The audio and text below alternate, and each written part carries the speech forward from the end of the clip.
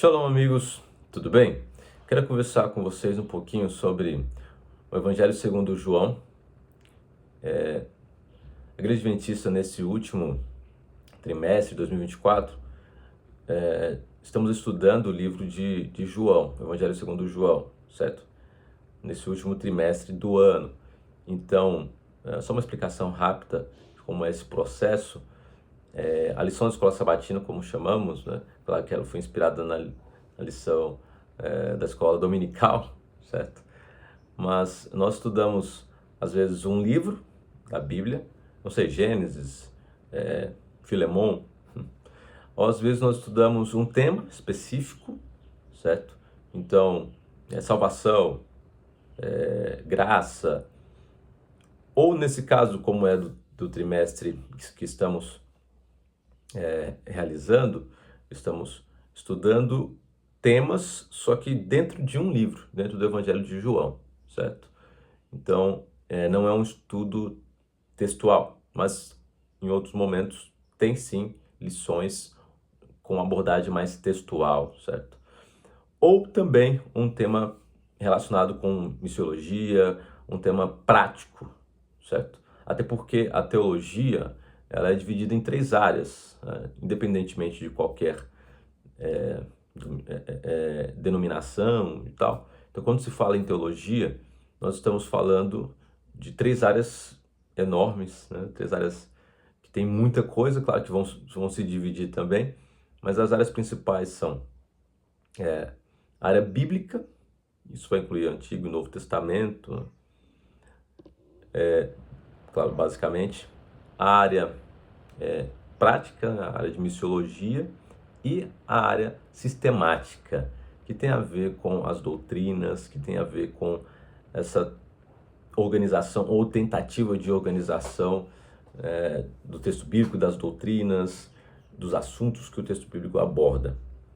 Ok? Então, essas lições elas vão tentar também abarcar os vários temas, as várias áreas que a teologia apresenta. Então, quem faz a lição normalmente é um especialista daquela área, certo? Então, se ele é um especialista em Antigo Testamento, ele será convidado ali para escrever uma lição de Gênesis, de Êxodo, de algum livro, de algum tema que seja relacionado com o Antigo Testamento, certo? Se ele é da área da sistemática, ele será convidado para escrever uma lição de algum tema, ok? Então, nesse trimestre nós vamos estudar justamente sobre o Evangelho de João. Neste vídeo que eu pretendo não me delongar nele, quero apresentar apenas alguns aspectos gerais do Evangelho. A lição ela vai abordar o tema são milagres que apontam o caminho. Então ela vai abordar milagres não, sinais, né? Ela vai abordar alguns sinais, alguns milagres, ok, do início do Evangelho. E aqui o meu erro vai ser pedagógico. Então nós comumente chamamos feitos extraordinários, certo? Seja algum feito da Bíblia ou fora dela, de milagres, né? Então fulano de tal realizou um milagre, Jesus realizava milagres. Essa é a palavra mais comum, essa é a palavra mais usual.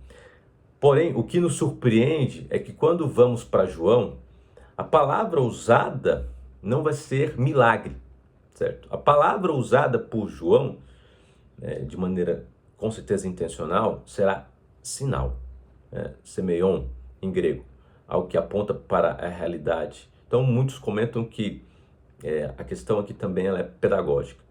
Mas antes de entrar nessa questão de que o milagre, o sinal, na verdade, né, pode ensinar alguma coisa, é importante também entendermos que enquanto nos evangelhos aparecem milagres por atacado, né, como diz Wilson Paroski, aqui no evangelho não, são 7 sinais. E o objetivo desses sinais é dito para nós. Então, no finalzinho do evangelho, ali no capítulo 20, verso 30 e 31, o texto ele vai dizer o seguinte, basicamente, né, que Jesus fez muito mais, fez outras coisas, outros sinais, mas ele registrou esses. Então ele vai dizer o seguinte, que é o objetivo do evangelho de João. Na verdade, Jesus fez diante dos seus discípulos muitos outros sinais. Esses, porém, foram registrados para que vocês creiam que Jesus é o Cristo, o Filho de Deus, e para que, crendo, tenham vida em seu nome. Então, os sinais registrados aqui, os 7 sinais registrados no Evangelho segundo João, têm um objetivo específico. Objetivo para que as pessoas crescem, acreditassem que Jesus é o Messias, o Cristo ungido, o Filho de Deus, e para que, crendo, tenham vida em seu nome. Olha que extraordinário. Então, claro, eu vou aqui citar muito o Wilson Paroski, até porque na faculdade quem nos deu essa matéria na ocasião foi o pastor Wilson Paroski. Ele é especialista em João, ok? No prólogo de João, salvo engano. Então, o prólogo é o primeiro capítulo de João, é visto como um capítulo extraordinário, um capítulo muito bem escrito. Mas, comentando então de maneira geral, os sinais aqui apontados por João são para que, primeiro, a audiência inicial ali dele acreditasse, cresce que Jesus é o Cristo, é o Messias. Claro, e chega também a nós, evidentemente. Mas pensando um pouco na audiência de João, por que João escreve então esses sinais, registra esses sinais, por que há essa ênfase no crer? Paroski sugere de que havia ali uma crise. Na verdade, eram 2 crises, ok? Uma crise interna e uma crise externa.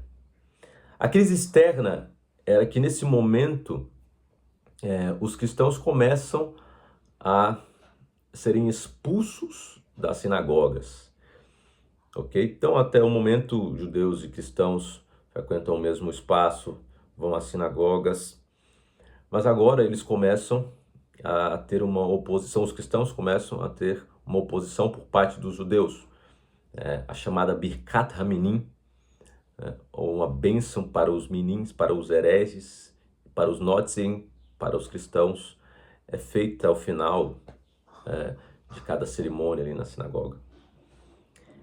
E também uma crise interna, problemas internos, a igreja enfrenta problemas. E a pergunta então que surge é: compensa, vale a pena seguir a Cristo? Será que Cristo é realmente o Messias? Será que ele realmente é o Messias enviado por Deus? Ou será que não é mais um charlatão? Afinal de contas, tiveram muitos outros que não eram o Messias. Será que Cristo realmente é o Messias? Então, João está escrevendo, segundo essa hipótese, esse pensamento do Wilson Paroski, para uma audiência que está enfrentando perseguição, que está enfrentando problemas, que está enfrentando... E agora ele vai mostrar os sinais. Ele vai apontar para esses sinais extraordinários de que, sim, compensa seguir a Jesus.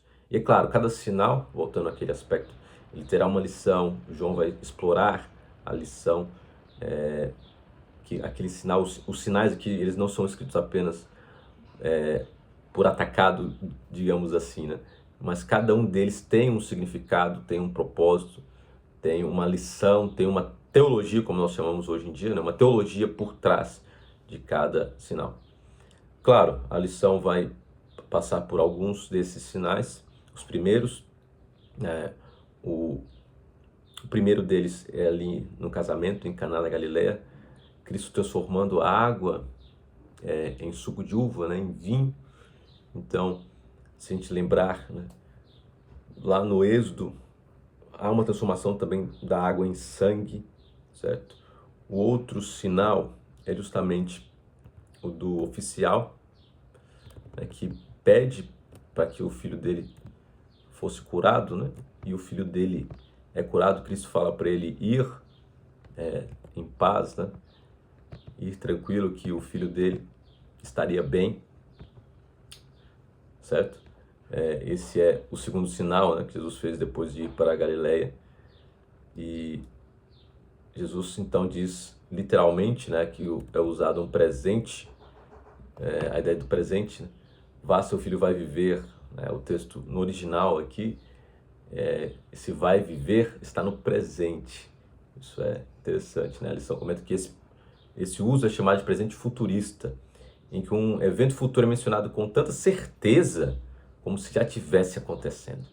O homem não correu para casa, mas, crendo em Jesus, chegou no dia seguinte. Descobriu que a febre havia deixado o filho, exatamente na hora em que o Senhor disse aquelas palavras. Extraordinário, né?